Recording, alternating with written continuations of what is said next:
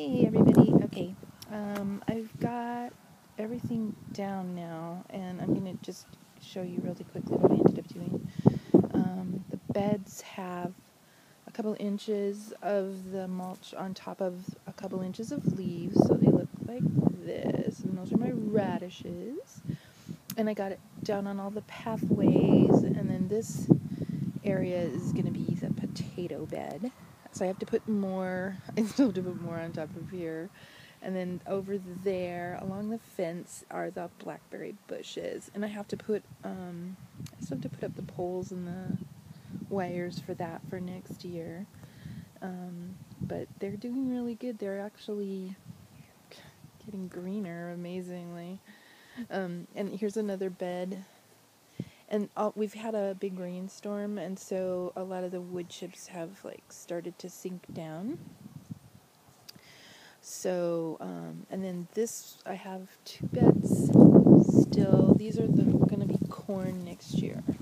So these two beds have just the leaves on them right now.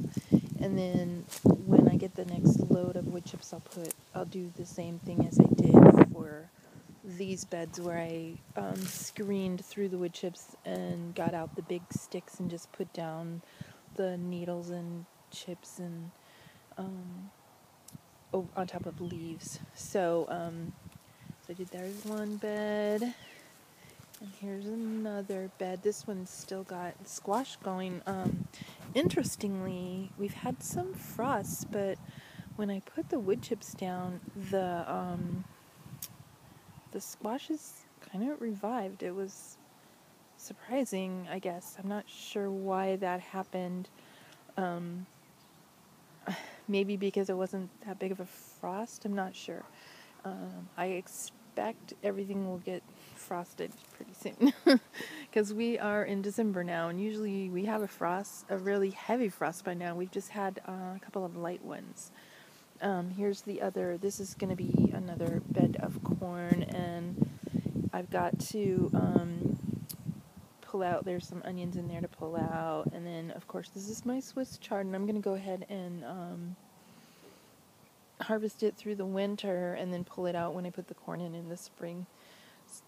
And it's still got more onions, and then these are actually onions I bought from the store and took the tops off and then stuck the bulbs back in the ground, and they're just doing great.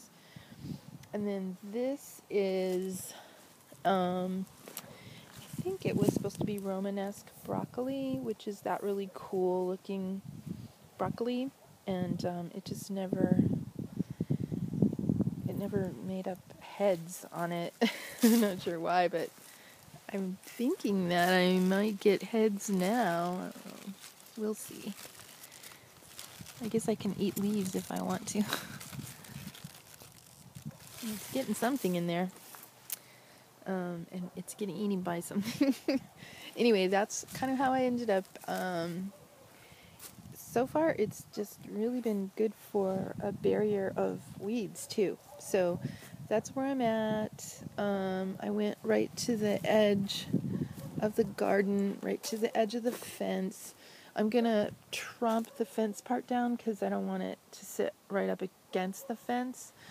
So that'll get smooshed down over the next week or so. We'll see.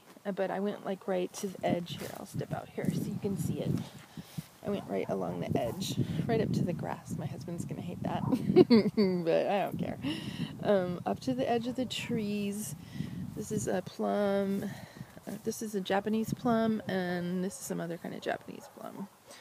But everything's doing great, and it seems to really like it so far. Of course, we're early days. I will update you through the winter, and I'll start showing you the flower garden, which has had the mulch down for longer.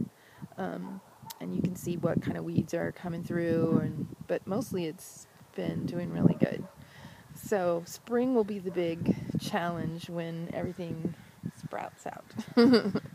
Anyway, thanks for watching. The next video is going to be on some celery that I sprouted from the bottoms, that I, when of celery I bought at the store and ate the top part and kept the roots and have rooted it, and I'm going to be bringing it out here and planting it in the garden. So I'll see you for the next video. Thanks. Bye.